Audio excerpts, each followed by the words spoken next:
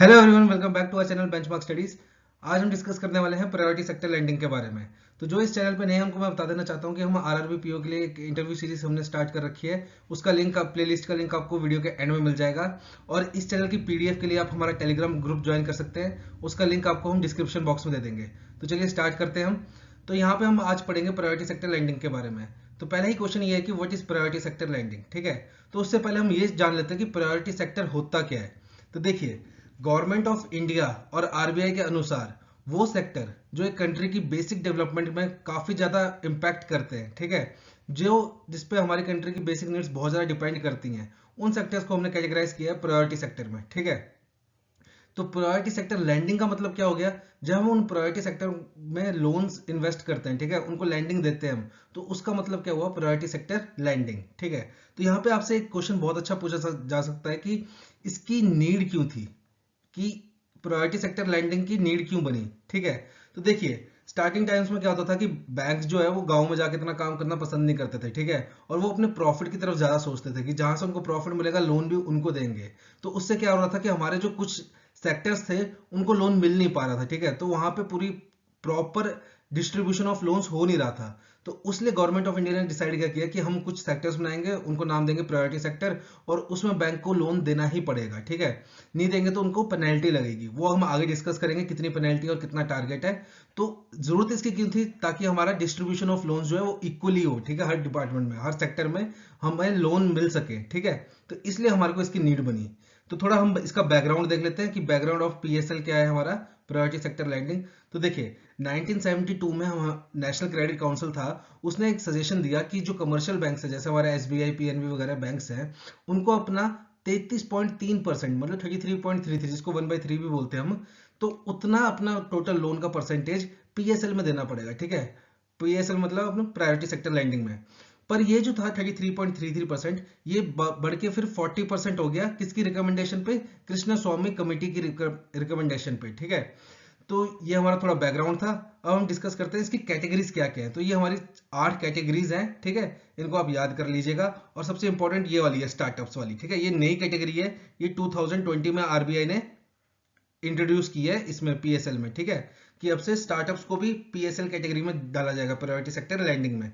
ठीक है, तो चलते हैं हम अपनी नेक्स्ट स्लाइड की तरफ।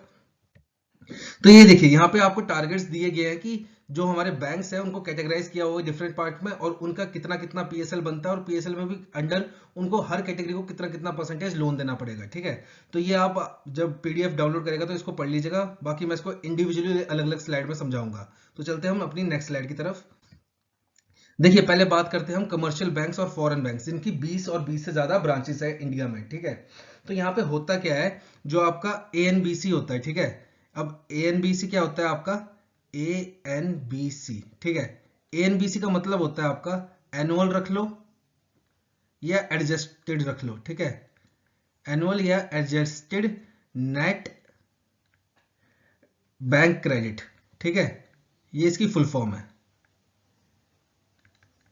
तो एएनबीसी मतलब कि जो बैंक साल भर में जितना लोन देता है। ठीक है, मोटा मोटा हिसाब इसका ये है कि आप अगर बेसिक बात समझना चाहोगे कि एक बैंक ने पूरे साल में कितना लोन दिया। ठीक है, तो एएनबीसी का जो कमर्शियल बैंक्स और फॉरेन बैंक्स है जिनकी 20 से ज्यादा ब्रांचेस हैं, उनको अपने एएनबीसी का ना 40% जो है वो पीएसएल में देना होता है। ठीक है, प्रायोरिटी सेक्टर लैंडिंग में ये रूल है। ठीक है, और पीएसएल में भी क्या करना पड़ेगा उनको? ठीक है, देखो, पीएसएल में भी इसमें कैटेगरीज है अलग अलग, कि 40% पीएसएल में तो देना पड़ेगा ही, पर उसके साथ साथ ही इनको पीएसएल में क्या करना पड़ेगा? देखो, जो 40% है ना, उसका डिस्ट्रीब्यूशन कैसे है? 18% इनको देना पड़ेगा एग्रीकल्चर में। ठीक है, ये मैंडेटरी है। फिर इनको 7.5% देना पड़ेगा अपना माइक्रो इंटरप्राइजेस में। ठीक है, और 12% जो है वो देना पड़ेगा वीकर सेक्शंस को, जो आपके इकोनॉमिकली वीकर सेक्शन है, सोशल और इकोनॉमिकली वीकर सेक्शंस है, उनको देना पड़ेगा। ठीक है, ये रूल है इनका, कि जो आपका 40% है उसमें से 18% एग्रीकल्चर को, 7.5% माइक्रो को, और 12% वीकर सेक्शन को। ठीक है, तो देखो, एग्रीकल्चर में भी ना आपके जो 8% है वो जाएगा आपके मार्जिनल और स्मॉल फार्मर को। ठीक है, मार्जिनल और स्मॉल। तो देखिए, जो मार्जिनल फार्मर होते हैं वो होते कौन है? जिनके पास 1 हेक्टेयर तक लैंड होती है। ठीक है, जिनके पास सिर्फ 1 हेक्टेयर तक लैंड है वो मार्जिनल होते हैं। और स्मॉल कौन से होते हैं? जिनके पास 1 से लेकर 2 हेक्टेयर तक लैंड होती है। ठीक है, ये स्मॉल फार्मिंग में आते हैं। ठीक है, तो ये इनका डिस्ट्रीब्यूशन है। अब देखिए यहाँ पे क्वेश्चन अराइज होता है, जैसे कि समझ लो एक बैंक ने अपने ANBC का, ठीक है, एनुअल नेट बैंक क्रेडिट का 35% इन्वेस्ट कर दिया PSL में, तो अब इस पे क्या कार्रवाई होगी? ठीक है, तो देखो कार्रवाई कुछ नहीं होगी, जो इसका 5% कम पड़ा ना, उसको हम क्या बोलते हैं? शॉर्टफॉल बोलते हैं। ठीक है, इसको शॉर्टेज कितनी होगी? देखो 40 का टारगेट था, 35 इसने दिया, तो कम कितना रहा? 5%। ठीक है, तो इसको हम क्या बोलते हैं? शॉर्टफॉल। और ये शॉर्टफॉल होता क्या है? ये एज अ पेनल्टी काउंट होता है। ठीक है, और ये बैंक को सबमिट करनी पड़ती है कहाँ? RIDF में। ठीक है, ये शॉर्टफॉल जो है बैंक का, ये इसको सबमिट करना पड़ता है एज अ पेनल्टी। ठीक है, RIDF में। RIDF क्या है? Rural infrastructure development fund. ठीक है, रूरल इंफ्रास्ट्रक्चर डेवलपमेंट फंड। तो बैंक को जो अपनी पेनल्टी है शॉर्टफॉल, वो इसमें सबमिट करना पड़ता है। ठीक है, और इसको मैनेज कौन करता है? RIDF को। RIDF को मैनेज करता है हमारा NABARD। ठीक है, RIDF को मैनेज कौन करता है? NABARD। ठीक है, यहां तक क्लियर है? एक बार फिर डिस्कस कर लेते हैं।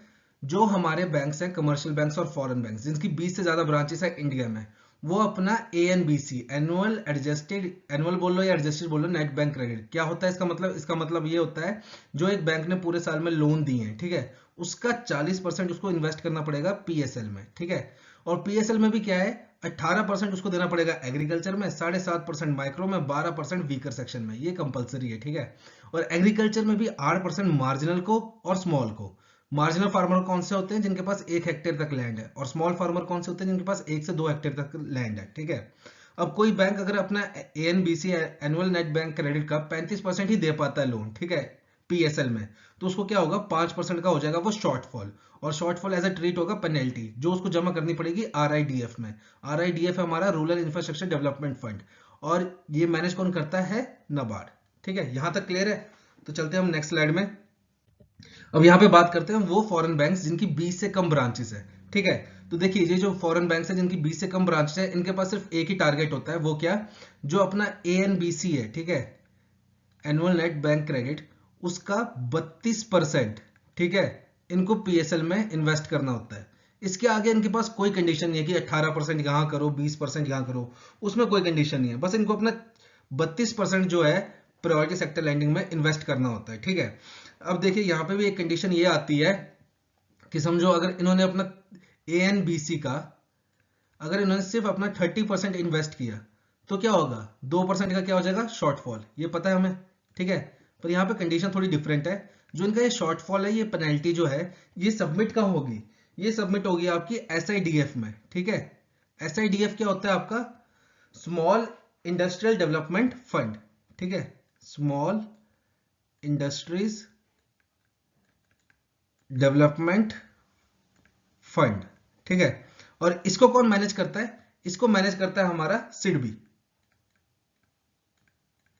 ठीक है, अब देखिए ये जो 32% है ना, होता है इनका भी 40 है। जैसे समझ लो कोई फॉरेन बैंक आया, उसकी 20 से कम ब्रांचेस है, तो जैसे वो आया इस साल 2022-23 में। ठीक है, तो इस साल इसको टारगेट कितना है? 32% का, पर इनको अगले 5 साल में 40% करना है। मतलब जैसे 23 से 24, ठीक है, 24 से 25, 25 से 26 और 26 से 27। ठीक है, तो अगले साल इनका टारगेट हो जाएगा 34% का, उससे अगले साल इनका टारगेट हो जाएगा 36% का, उससे अगले साल इनका टारगेट हो जाएगा 38% का, और फाइनली इनको भी 40% का ही टारगेट होता है। बस ये जो इनिशियल स्टेज होती है तब इनको 32% का टारगेट दिया होता है। ठीक है, और जब 40% का टारगेट हो जाएगा तो उसके बाद अलग कैटेगरीज भी हो जाएंगी। ठीक है, पर स्टार्टिंग में इनिशियली इनके पास सिर्फ एक ही कैटेगरी होती है कि उनको 32% अपना PSL में इन्वेस्ट करना है, बस। उसके अलावा कुछ नहीं कि एग्रीकल्चर में इतना। ठीक है, वो आगे कोई कंडीशन नहीं है, बस एक PSL की कंडीशन है 32% की। ठीक है, तो चलते हैं हम नेक्स्ट स्लाइड की तरफ, जो आपके एग्जामिनेशन पॉइंट ऑफ व्यू से सबसे इंपॉर्टेंट है। इसमें बात करेंगे हम RRBs की। ठीक है, तो जो हमारे RRBs और कोऑपरेटिव बैंक्स हैं, ठीक है, तो यहाँ पे क्या होता है? यहाँ पे इनको अपना ANBC का सबसे ज्यादा इन पे मार पड़ी है। ANBC का 75% जो है वो पीएसएल में वो इन्वेस्ट करना है, ठीक है। प्रायोरिटी सेक्टर लैंडिंग में 75% इन्वेस्ट करना है। और इसमें देखो एग्रीकल्चर की तो वही कंडीशन है, एग्रीकल्चर की वही कंडीशन है 18%, ठीक है। और यहाँ पे आपका जो माइक्रो इंटरप्राइजेज है उसकी भी सेम ही है 7.5%। बस यहाँ पे एक चीज अलग है कि वीकर सेक्शन में जहां जो कमर्शियल बैंक थे जिनकी 20 से ज्यादा ब्रांचेस थी वहां 12% था, यहाँ कितना है 15%, ठीक है। बस ये डिफरेंस है यहाँ पे, और बाकी आगे और भी होगा पर मेन आपका यही है, ठीक है। तो यहाँ पे भी बात आती है, अगर आपकी देखो जो आपके आरआरबीज और कोऑपरेटिव बैंक हैं, अगर वो एएनबीसी हमारा एनुअल नेट बैंक क्रेडिट का 70% ही इन्वेस्ट करते हैं, ठीक है, बाकी नहीं कर पाते, ठीक है, तो क्या होगा। तो देखिए बात आपको पता है कि 5% कम रह गया, तो इसको क्या बोलते हैं हम, शॉर्टफॉल बोलते हैं। तो ये एज अ ट्रीट क्या होता है, पेनल्टी, ये भी हमें पता है, ठीक है। अब यहाँ पे कंडीशन ये है कि ये जाएगी किस में। तो देखिए यहाँ पे इनके पास दो ऑप्शन होते हैं, या तो ये जाएगी हमारी एनएचबी में, नेशनल हाउसिंग बैंक में, या जाएगी हमारी एक्सिम बैंक में, इंपोर्ट एक्सपोर्ट बैंक, ठीक है। अब किस में जाएगी इन दोनों में से ये डिसाइड कौन करता है, ये डिसाइड करता है हमारा आरबीआई कि ठीक है जो इनकी पेनल्टी है वो इसमें देनी है या इसमें देनी है, ठीक है।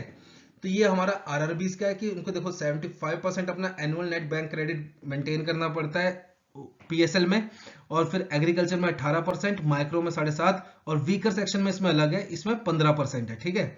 और जो शॉर्टफॉल होगा वो किस में जाएगा, या तो हमारा एनएचबी नेशनल हाउसिंग बैंक में जाएगा या इंपोर्ट एक्सपोर्ट बैंक में जाएगा, और ये डिसाइड कौन करेगा, हमारा आरबीआई, ठीक है। अब चलते हैं हम नेक्स्ट स्लाइड में कि हर कैटेगरी के अंदर हम कितना कितना लोन दे सकते हैं, ठीक है। तो ये रही आपकी वेरियस सेक्टर्स, ठीक है, जिसके तहत आप मैक्सिमम इतना लोन दे सकते हो, ठीक है। अगर आप इससे ऊपर लोन दोगे तो वो हमारा पीएसएल में काउंट नहीं होगा। तो मैं चाहूंगा कि आप ये याद कर लो, देखो अगर सारे याद नहीं होते ना तो स्टार्टअप वाला तो जरूर याद करो, क्योंकि ये 2020 में ही इंट्रोड्यूस हुआ है, ठीक है। साथ में ये दो एनर्जी वाले पक्का करना, क्योंकि देखो ग्रीन एनर्जी की बहुत बात चल रही है आजकल, और एक ये इंडिविजुअल फीमेल बोरोअर का, ये जरूर याद करना, ठीक है। बाकी अगर आप सारे कर सकते हो तो वेल एंड गुड है, नहीं कर सकते तो ये चार तो जरूर करके जाना, ठीक है।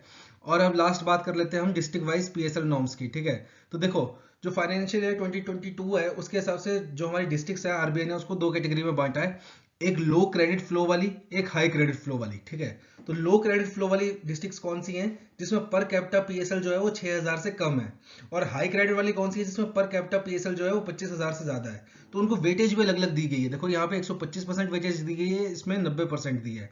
अब इसका मतलब क्या है, देखो इसका सिंपल सा मतलब ये है, समझ लो जैसे एक लो क्रेडिट फ्लो वाली डिस्ट्रिक्ट है, ठीक है, उसमें आपने 100 रुपए दिए पीएसएल में, ठीक है, 100 रुपए, तो वो काउंट कितने होंगे, 125 रुपए की वैल्यू काउंट होगी उसकी, ठीक है, क्योंकि वो लो क्रेडिट फ्लो वाली है। और वहीं अगर आपने हाई क्रेडिट फ्लो वाली में 100 रुपए इन्वेस्ट किए पीएसएल में, तो वो काउंट कितना होगा, वेटेज कितनी होगी उसकी, 90 रुपए के हिसाब से होगी, ठीक है। तो ये आरबीआई ने ये चीज डिसाइड की है, और आरबीआई के हिसाब से इंडिया में टोटल देखो ये इंपॉर्टेंट चीज है, ये याद कर लेना, 205 डिस्ट्रिक्ट्स ऐसी हैं जो कि हाई क्रेडिट फ्लो वाली हैं, ठीक है, हाई क्रेडिट फ्लो वाली है 205 डिस्ट्रिक्ट्स, और क्या कहते हैं 184 डिस्ट्रिक्ट्स ऐसी हैं जो लो क्रेडिट फ्लो वाली डिस्ट्रिक्ट्स है, ठीक है। तो ये भी चीज याद कर लीजिएगा। तो होप आपको वीडियो इन्फॉर्मेटिव लगा होगा, आपने कुछ सीखा ही होगा इस वीडियो से, और वीडियो अच्छा लगा तो चैनल को शेयर, लाइक और सब्सक्राइब जरूर कीजिएगा।